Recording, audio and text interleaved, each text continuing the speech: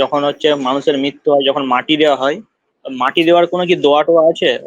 মিনহা খলাকনাকুম ওয়া ফিহা নুঈদুকুম, আমরা যেটা পড়ি যে মাটি দিতে গেলাম, যে ওই একটা মাটি হাতে নিলাম, মিনহা খলাকনাকুম বললাম, মিনহা আর একটা মাটি দিলাম, ওয়া ফিহা নুঈদুকুম, এরকম হুম। করে করে কি মাটি দেওয়া যাবে?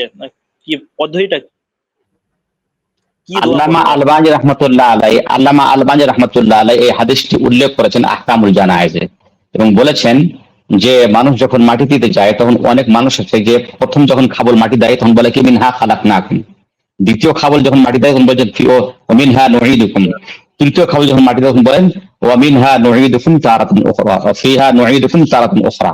হ্যাঁ, মিনহা খালাকনাকুম ওয়া ফিহা নুঈদুকুম ওয়া মিনহা নুখরিজুকুম তারাতান উখরা। আল্লামা আলবানী বলছেন এই হাদিসটা দাঈফ, দুর্বল।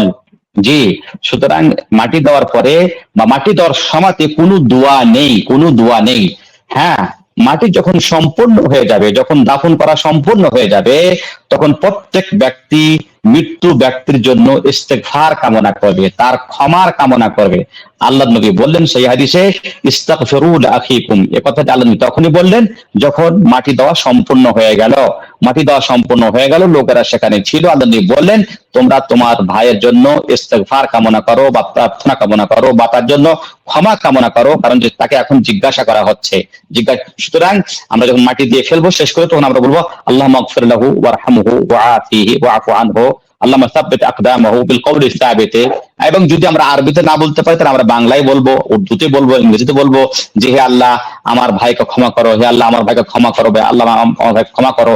হ্যাঁ, আপনি যে কোনো ভাষাতে তার জন্য আপনি দোয়া করবেন, ইস্তেগফার দোয়া করবেন। ইস্তেগফার মানে হলো ক্ষমা চাওয়া, ক্ষমা চাওয়া, এছাড়া অন্য কোনো দোয়া তার জন্য কোনো প্রমাণ নেই। জি।